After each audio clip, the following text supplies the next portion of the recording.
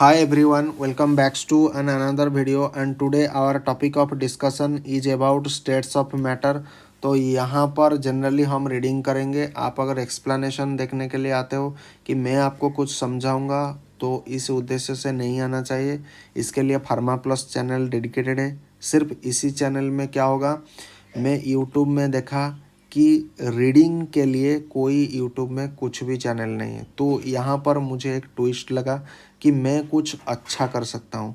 भले ही आज आपका प्यार मुझे नहीं मिलता है, लेकिन मैं डेफिनेटली श्योर हूँ इन फ्यूचर आपका प्यार मुझे मिलने वाला है और मैं इसके लिए श्योर हूँ।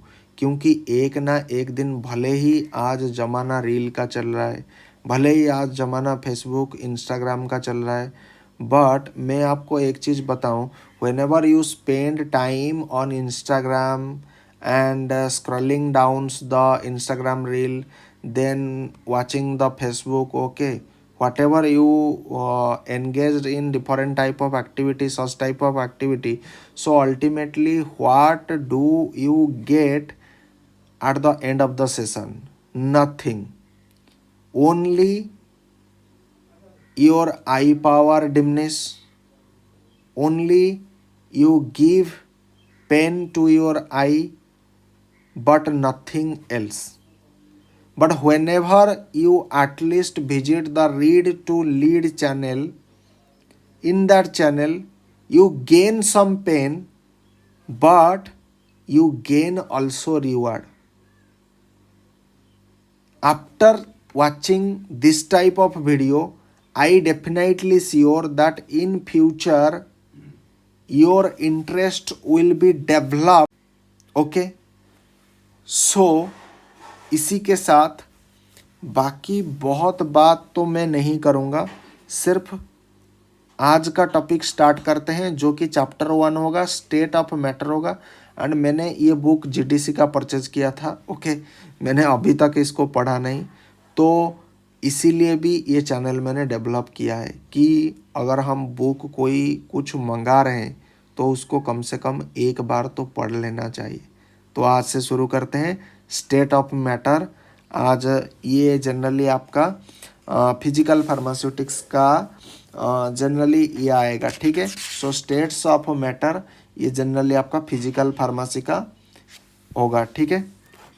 नाउ और एक बात मैं बताना चाहता हूँ, अगर मैंने कई बार जीटीसी का मुझे कुछ उनके टीम बोल रहे थे कि हमारा बुक का थोड़ा रिव्यू कर दो, तो इसी के चलते उनका बुक का भी रिव्यू हो जाएगा एंड मेरा भी हो जाएगा, ठीक है। बुक रीडिंग हो जाएगा।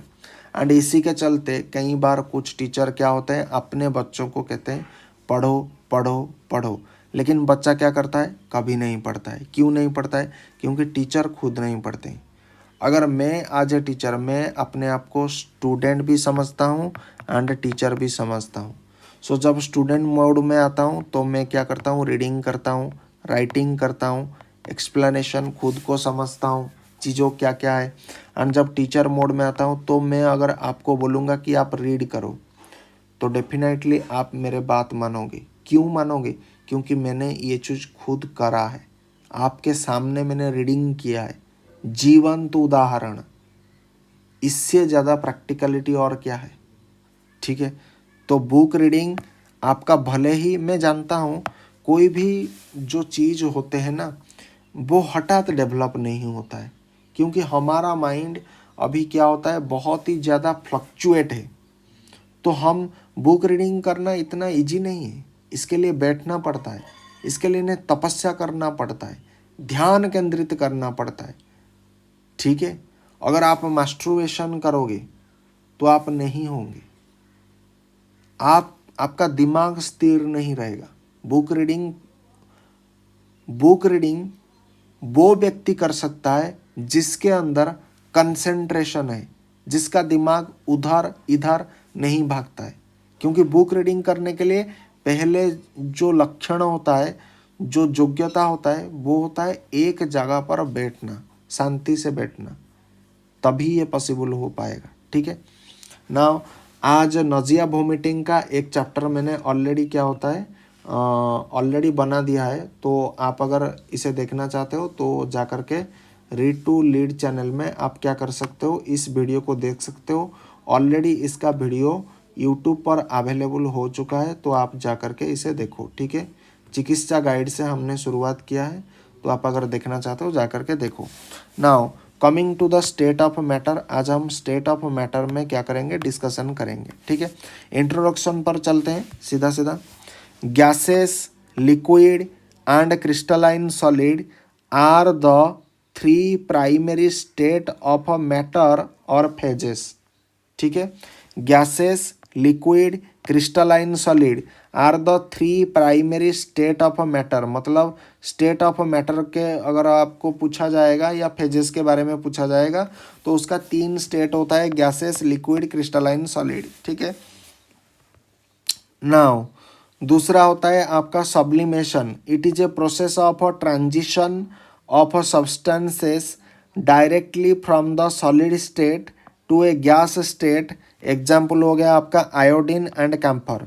अब यहाँ पर देखो, यहाँ पर एक लिखा गया है it is a process of transition, तो यहाँ पर ट्रांजिशन का मतलब क्या है, तो जब आप बुक रीडिंग करोगे ऐसे ऐसे वर्ड आपके सामने आएगा। तो हमें जनरली प्रॉब्लम क्या होता है, हमें जनरली प्रॉब्लम होता है हम ऐसे ऐसे वर्ड को नहीं जानते हैं। इस टाइप के वर्ड को जब हम जानेंगे ना तब बुक रीडिंग करने का मज़ा आएगा। तो हम तो आज ओवर लिकिंग कर रहे हैं, लेकिन जब मैं इसके लिए डिटेल पढ़ाऊँगा तो ऐसे वर्ड को मैं डिटेक्ट करूँगा, ठीक है। सो सब्लिमेशन क्या हो गया, it is a process of transition of substances directly from a solid state to a gas state. Example हो गया आपका आयोडीन एंड कैम्फर। ये एग्जाम्पल आपको याद रखना ही रखना है। देखो सॉलिड से जब हम लिक्विड को कन्वर्ट करते हैं, मतलब सॉलिड जब लिक्विड बन जाएगा उस प्रोसेस को क्या बोला जाएगा, मेल्टिंग बोला जाएगा। लेकिन जब liquid when liquid gets converted to gases by the process of what, vaporization or evaporation, same thing when gases are converted into liquid through which process, that is known as condensation. Now liquids get converted to solid through fusion process, ठीक है। Now then coming to the gaseous state. Now a gas is a substance that has no fixed size or shape. A gas is a substance that has no fixed size और shape, कुछ भी उसका fix size और shape नहीं होता है। The physical behaviour of gas is independent of chemical nature of the molecule. The physical behaviour of gas, gas का जो भी फिजिकल बिहेवियर होता है is independent of the chemical nature of the molecule, मतलब molecule का जो chemical nature होता है उसके लिए वो इंडिपेंडेंट रहेगा, ठीक है, उसके ऊपर डिपेंड नहीं रहेगा। किसका, गैस का फिजिकल नेचर जो होता है। Then barometer is used to pressure the measurement. Barometer क्या होता है, बारोमीटर वो डिवाइस होता है जो कि यूज्ड होता है टू मेजर द प्रेशर, ठीक है। Now molecule in a gas are always in state of vigorous and rapid motion. These travel in random path, इधर उधर भागेंगे, ठीक है। Then temperature conversion formula, temperature conversion formula क्या होता है, refers to changing the value of temperature from one unit to another unit, ठीक है। So refers to changing the value of temperature from one unit to another unit. The temperature conversion formula, ये फार्मूला आपको हमेशा याद ही रखना पड़ेगा। So K is equal to what, C plus 273.15। So kelvin, K मतलब केल्विन, C मतलब Celsius. So K is equal to C plus 273.15। Now इसका एग्जाम्पल अगर हम देखेंगे, सो क्वेश्चन आता है convert 16 degree Celsius into kelvin, convert 16 degree Celsius into kelvin. So इसका solution क्या होगा, C इज इक्वल टू आपके पास 16 डिग्री आएगा, क्योंकि सेल्सियस में पूछा गया है तो सेल्सियस कितना आएगा 16 डिग्री। हम 16 डिग्री को क्या करेंगे, केल्विन में कन्वर्ट करेंगे। तो हमारे पास फॉर्मूला क्या है, K is equal to C plus 273.15। So यहाँ पर K पुट करो प्लस C लिखो 273.215, तो ऐसे भी रहेगा। तो C के जगह पर हम कितना रखेंगे 16 डिग्री सेल्सियस। तो 16 प्लस 273 कितना आ गया 289.15। उत्तर क्या आएगा केल्विन में।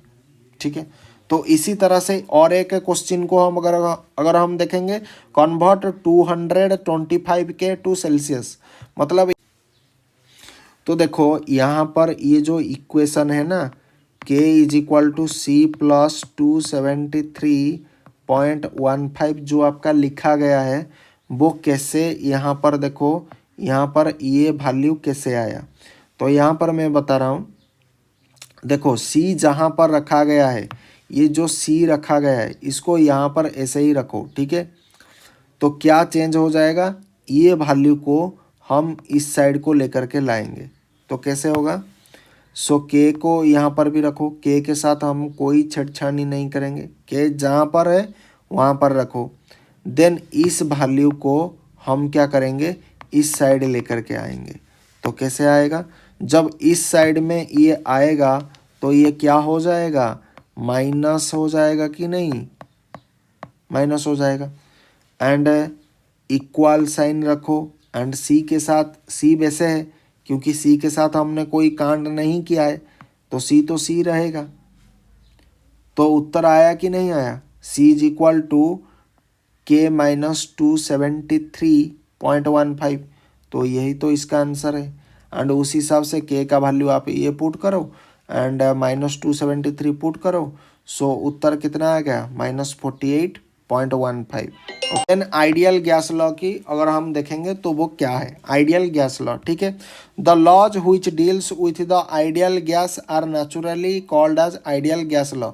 The law which deals with the ideal gas, the law which deals with the ideal gases are naturally called as ideal gas law. तो आइडियल गैस लॉ का इक्वेशन क्या है, PV is equal to nRT। n आपका रहेगा छोटा, RT आपका capital letter में रहेगा।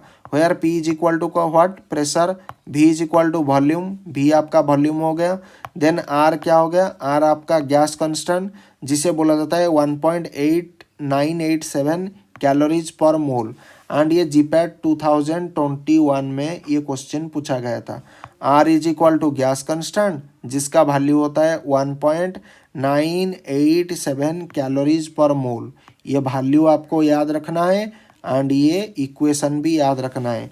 ये इक्वेशन किसका है, आइडियल गैस लॉ का इक्वेशन है। एंड T क्या हो गया आपके पास, एब्सोल्यूट टेम्परेचर हो गया। तो थैंक्स फॉर वॉचिंग।